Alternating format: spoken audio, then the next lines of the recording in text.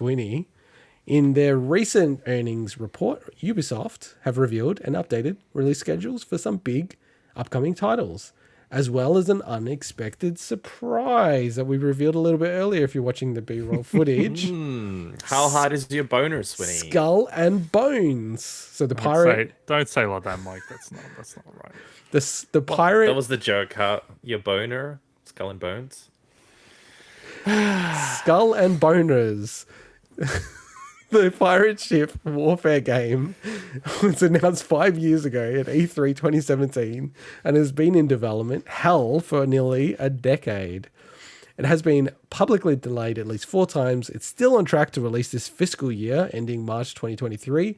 It's been recently rated in South Korea, and there's been 6 minutes of gameplay footage leaked online 2 weeks ago. Swinny, why have they not released this game? It's strange. Swinny, why? Well, I don't know exactly why, but the reason why I want to talk about this is because it's been a while since we talked about Skull and Bones. It was quite a popular clip, so I'm like, okay, well, let's talk about Skull and Bones again. Maybe we'll get some views. No, I actually... Shameless. People are super down on this game. I still have some hope that it will actually be a fun game to play. Now, it will be monetized to all hell and back. I know it's going to be horrible from that standpoint because... Oh, for sure. It's just like the perfect game to do it. It's like very multiplayer focused as well. Yeah. But I mean, I love the ship combat in Assassin's Creed games. This is obviously modeled on it. It's basically exactly like it. And so I still hold out some hope, but geez, this game has just been through so much. And we, by all accounts, we're finally going to get it in the next 6 months. But look, who knows? They've already done all those delays before. So, But we did mention that this footage leaked in 1 min for the swim, but obviously that just zooms past. It's crazy how much footage has leaked from this game. It's like that's been all the footage we've essentially seen since the launch trailer. It's just all been leaked footage. But what's strange about this game is that they actually showcased it around the world. So, I listened to a bunch of podcasts, and it's amazing how many people have played this game, but like back in 2017. So, you're talking about like, 5 years ago now?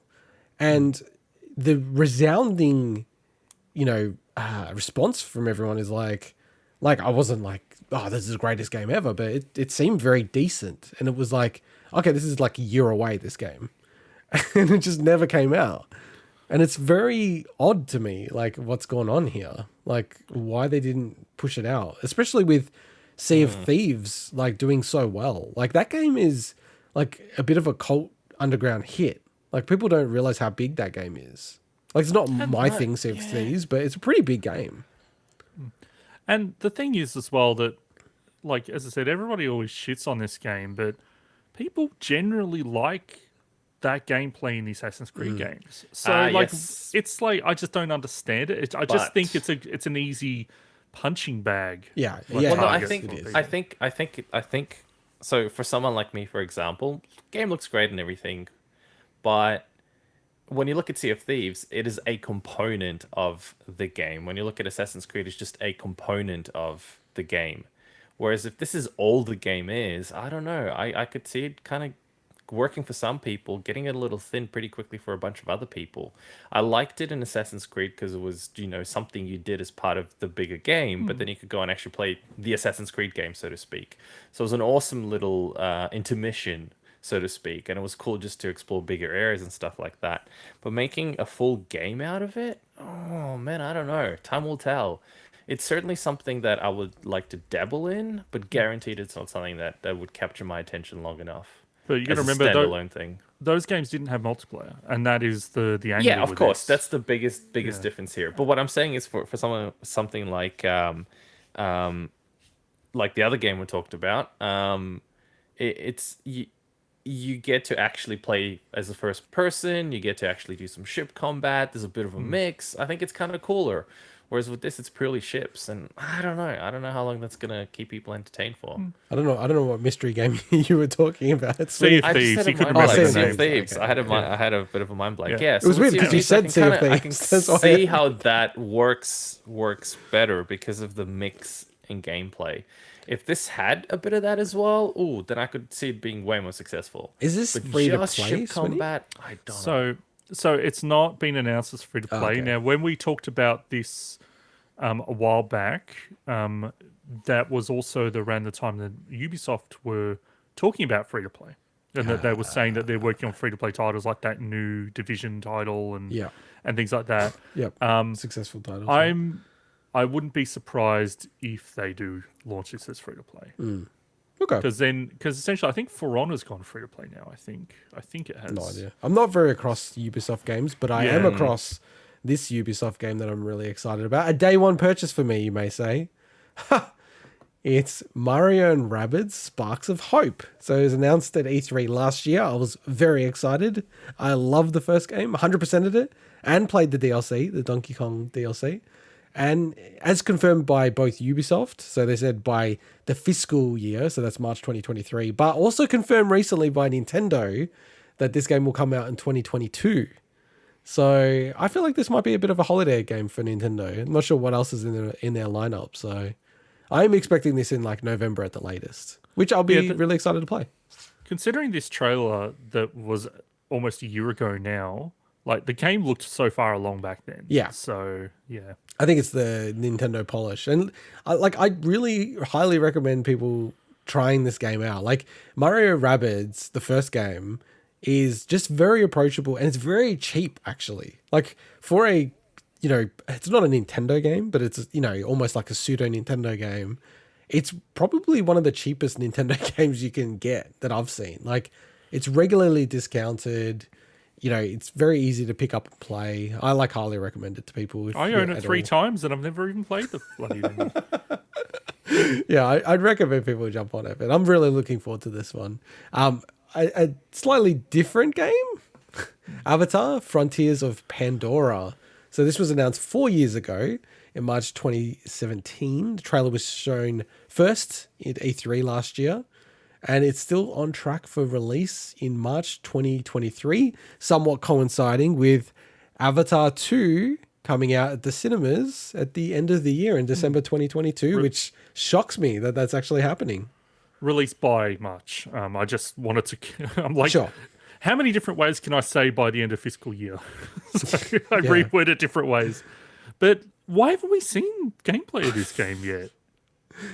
I genuinely do not understand Avatar. Like, we all watched Avatar when it came out in 2009. Am I right? Or 7? 9 or 7? 9. It's 2009. I'll bet some money on that. And, like, it was kind of like, okay, that's a decent experience, I guess. It's like something different. But it's not... Have you watched Avatar again? I guess that's the question. No. I want to watch it again because the new one, but yeah. Look, I've seen it for a while. I wasn't a big fan at the time, but I was impressed because that was like the whole like the real big spike in 3D and IMAX and everything like that. And look, I'll check out the new one, but I'm keen to see what this game is like because Ubisoft massive, the Division. I think that they seem like a really solid developer. The main reason I included it here is because, they're all kind of the big 3 games I'm talking about for this schedule. But the fact that we just have not seen anything, I just don't understand. Maybe I'm guessing this next month is the time when we're going to see it. But can I don't want to labor it, but like Avatar, right? It's to me it's like the weirdest IP ever. And the fact that I can call it an IP when it's only had one movie is bizarre. Can I just ask you guys a quick question? So Avatar is still the highest grossing film of all time. Not Avengers. So Avengers... Because I think it got a re-release. Exactly. Got a re-release in China and it bumped off Avengers again. And Avatar's getting another re-release this year before Avatar 2. So it's going to consolidate that spot. Can you guys tell me the name of one single character in Avatar? Wasn't there a Sam? Or was that the name? No, that's the actor. The actual actor. Bilal. It's amazing, isn't it? Like, it's the biggest grossing film of all time.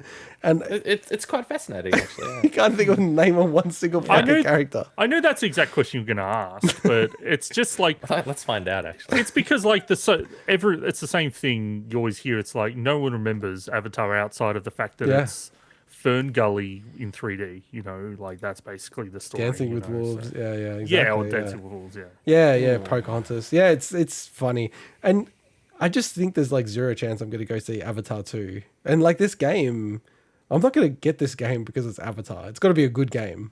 It's almost to me, it's almost a negative that it's Avatar in a way. Apart from the fact that I know about it, right? But yeah, anyway.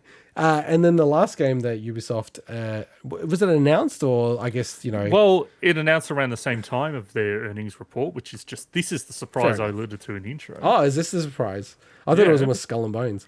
That the previously China exclusive Rabbids Adventure Party... So now it's going to be, well, that was what it was called in China, right? It's going to be called Rabbids Party of Legends, and it's getting a Western release next month.